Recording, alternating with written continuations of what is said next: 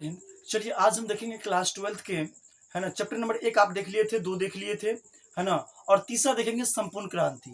पहला बातचीत आपको दिखा दिया है, पूरा संपूर्ण व्याख्या दे दिया, जिसमें उसमें लिंक है, जाके चेक कर लीजिए। दूसरा उसने कहा था, ये गजब का स्टोरी है ना, प्रेम प्रसंग स्टोरी है, वो भी आपको दे दिए थे। दूसरा का डिस्क्रिप्शन में उसमें लिंक है, वो भी चेक कर सकते हैं आप। तीसरा हम दिए थे आपको वीडियो करवक का, करवक भी आपको प्रोवाइड कर दिया है, मोहम्मद जायसी जी का राइटर है उनके, ये भी बढ़िया रचना है, आप वो भी देख सकते हैं। आज तीसरा टॉपिक पढ़ रहे हैं इसका, जिनका नाम है संपूर्ण क्रांति। इनके जो राइटर है जयप्रकाश नारायण जी हैं, और आपको बता दें ये काफी अच्छा भाषण है ना। देखिए नाम है जो अबाउट द ऑथर, हम शुरू करते हैं यहाँ से। अबाउट द ऑथर नाम देखिए, इस चैप्टर का नाम है संपूर्ण क्रांति। लेखक जो इनके हैं जयप्रकाश नारायण जी है। कौन है? जयप्रकाश नारायण जी। जन्म इनका कब हुआ था जयप्रकाश नारायण जी का? 11 अक्टूबर 1902 ईस्वी, 11 अक्टूबर 1902 ईस्वी। मृत्यु कब हुआ था? 8 अक्टूबर 1979 ईस्वी, यानी 1979। ठीक है। इनका जो बचपन में पुकारने वाला नाम था, बचपन में उनको बाउल कहा जाता था। क्या कहा जाता था? बाउल। और जैसे ही बड़का हो गया तो जेपी भी कहने लगा और लोक नायक भी कहने लगा, है ना।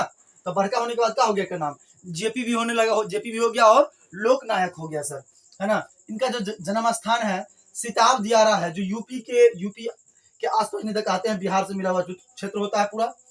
इनके माता का नाम फूल रानी है, इनके पिता का नाम हर्षु दयाल है, इनकी पत्नी का नाम प्रभावती देवी है। क्या नाम है?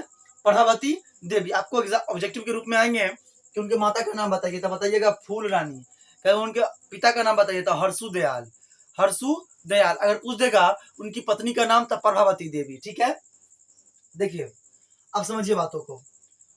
5 जून 1974 में पटना के गांधी मैदान में छात्र संघर्ष समिति के युवक साथियों के दौरान, है ना, क्रांति के दौरान ये भाषण दिया था कायन से। यानी इज आप पढ़ रहे हैं संपूर्ण क्रांति, एक जो भाषण दिया गेल है, कथी है? तो ये भाषण है। कहिया दिया गया था? 5 जून 1974 में। कहा? तब पटना में। कौन मैदान में? तो गांधी के मैदान में, गांधी मैदान में, पटना के गांधी मैदान में। ठीक है। भाषण के एगो कोनो अंश है, बहुत ही देर मोटिवेट किए थे। कौन? तो जयप्रकाश नारायण जी। किनको? तो नया जो लोग उनमें जो कार्यकर्ता जुड़े थे और जो क्रांतिकारी व्यक्ति थे उन सबको। ठीक है।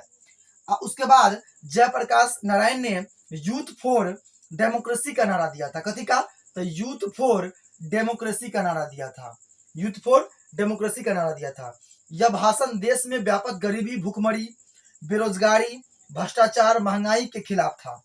मतलब ये जब दिया गया था, इंदिरा गांधी के समय दिया गया था, है ना। उस समय में उन पर जो कांग्रेस की थी, है ना, उन पर छोड़ देने के लिए, है ना, गरीबी, भूखमरी, बेरोजगारी, भ्रष्टाचार, महंगाई के खिलाफ एक भाषण का अंश है। ठीक है। आप देखिए 1924 में लेनिन की मृत्यु हुई, उसी समय जेपी मार्क्सवादी बन गए।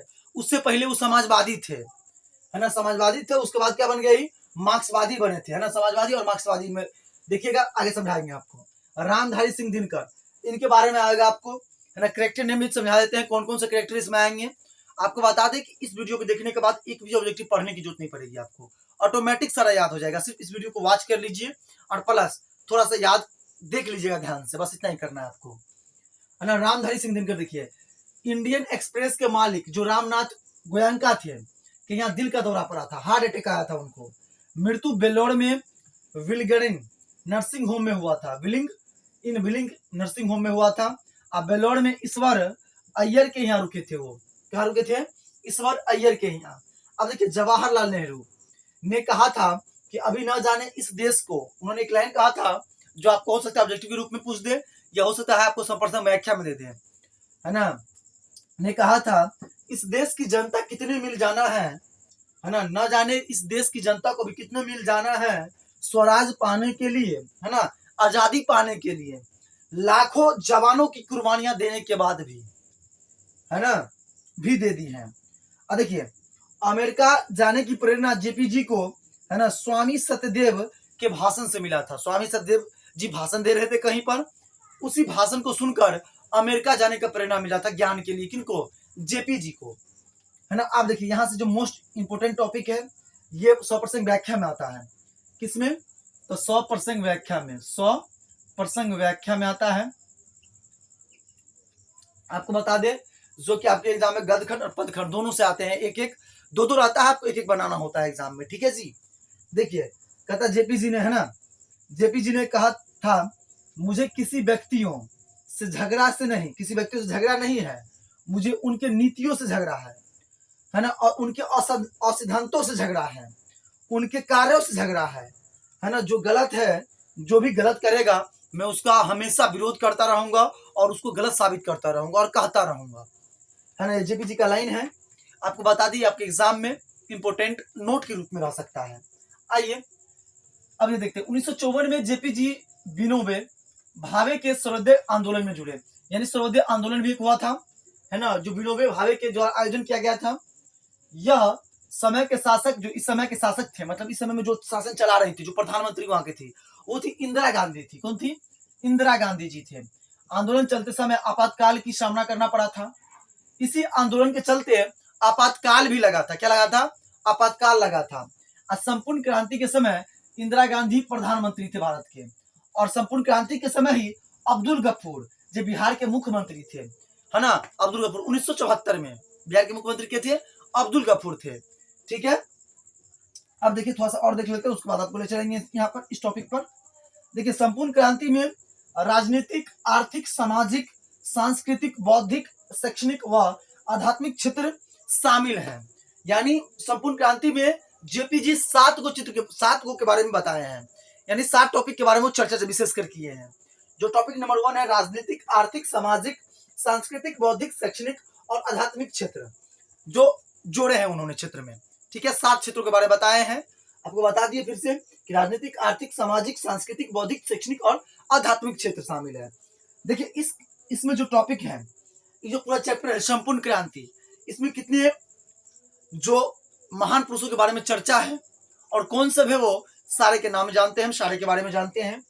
देखिए स्वामी सत्यदेव है ना, फणीश्वर नाथ रेणु जी है ना, जो अपने समय के ग्रेट पोएट है ना, महान कवि है। निक्सन है ना, जो अमेरिका के प्रधानमंत्री थे, निक्सन। लेनिन जी, दिनकर, रामधारी सिंह दिनकर, श्री ईश्वर अय्यर, रामनाथ जी गोयंका आपको बताए थे। टोटस्की है, अब्दुल गफूर साहब है, बेनीपुरी जी है ना, उसके बेनीपुरी जी है। डॉक्टर रहमान जी, मथुरा बाबू हैं, फुलदेव सहाय वर्मा और सचिदानंद है, सदानंद है। उनके साथ उमा शंकर दीक्षित है, महाकामना मदन जी है, मोहन मालदीव जी। इतने कैरेक्टर उसमें शामिल है, यानी आप पढ़िएगा तो इतना टॉपिक के बारे में आएगा, ठीक है, ध्यान रहेगा, है ना, इतना के बारे में आपको पढ़ना पड़ेगा। आपको बता देते हैं एक चीज कि ये इसमें आपको बता दें, यहाँ से ऑब्जेक्टिव नहीं छूटेगा एक भी, आपको सारा ऑब्जेक्टिव यहीं से कवर हो जाएगा आपको, है ना। चाहे आप बातचीत देख लीजिए, चाहे उसने कहा था देख लीजिए, करवक देख लीजिए, या अर्धनारीश्वर देख लीजिए, जितना टॉपिक हमने चर्चित किया है सभी टॉपिक का एक एक करके आप वीडियो देख लीजिए, आपको कोई भी दिक्कत नहीं होगा ऑब्जेक्टिव और सब्जेक्टिव बनाने में, ठीक है। और कहिएगा सब्जेक्टिव तो टॉपिक बाय टॉपिक आपको सब्जेक्टिव करवा देंगे हम, ठीक है जी। चलिए देखिए पुरस्कार में जेपी जी को कौन सा पुरस्कार मिला था, तो इनको भारत रत्न मिला है, जो भारत का स्वच्छ सम्मान होता है। मैग्नेसे सम्मान भी मिला है 1965 में, 1965 में।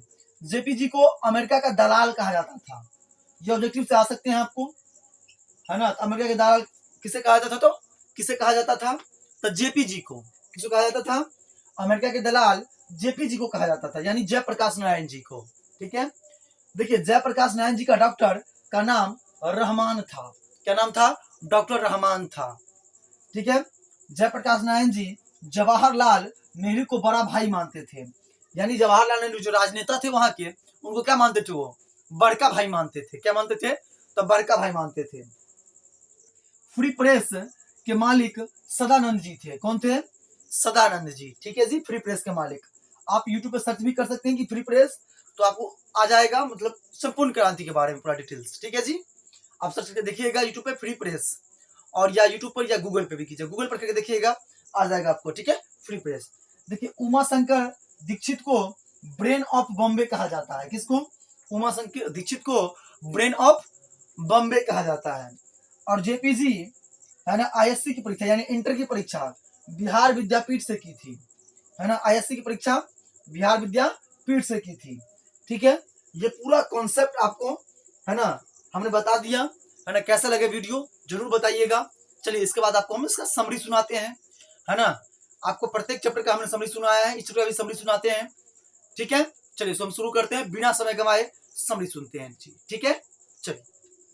चलिए देखिए, संपूर्ण क्रांति जयप्रकाश नारायण, है ना, जयप्रकाश नारायण द्वारा लिखित है ना। संपूर्ण क्रांति 5 जून 1974 के पटना के गांधी मैदान में जयप्रकाश नारायण द्वारा दिए गए भाषण का एक अंश है, जिसमें जयप्रकाश नारायण देश में विद्यमान यानी स्थित गरीबी, भुखमरी, महंगाई, बेरोजगारी और भ्रष्टाचार के खिलाफ देश की जनता से संपूर्ण क्रांति का आह्वान करते हैं, है ना। कहते हैं कि आप इस चीज में देखिए क्या परिस्थिति है अभी, है ना। इसलिए उन्होंने यूथ फॉर डेमोक्रेसी का आह्वान किया, क्योंकि उनके अनुसार भावी पीढ़ी ही देश की भविष्य है, जो आने वाला पीढ़ी है वही देश का क्या है, भविष्य है।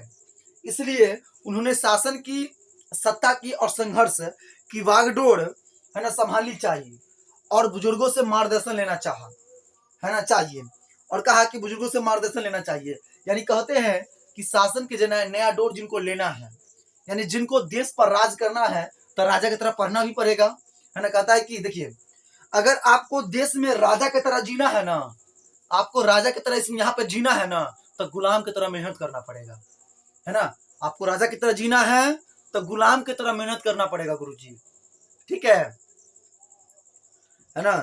तो इसके लिए आपको सबसे नॉलेज लेना पड़ेगा, बुजुर्ग से भी यानी बूढ़े व्यक्तियों से भी, है ना। किंतु युवाओं के आग्रह पर जयप्रकाश नारायण ने संपूर्ण क्रांति का नेतृत्व इस शर्त पर स्वीकार किया कि वे सुनेंगे सबकी, परंतु फैसला उनका होगा, है ना। यानी कहते हैं कि सुनेंगे हम सबका, लेकिन फैसला किनका होगा, मेरा होगा, यहाँ सर्वोपरि मैं हूँ और सबको मानना होगा।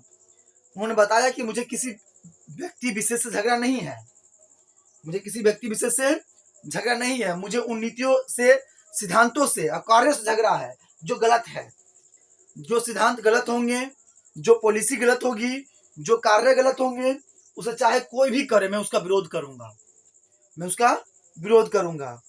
अंत में जयप्रकाश नारायण कहते हैं कि जो संघर्ष समितियां छात्रों की या जनता की बन गई है या बन रही है, उनका काम होगा शासन के गलत नीतियों का विरोध करना, समाज के हर अन्याय और अनीति के विरुद्ध संघर्ष करना, गांव के छोटे छोटे अफसरों जो घुसखोरी करते हैं उनका विरोध करना, और हर तरह के अन्याय जो मेरी कल्पना से अन्याय को रोकना।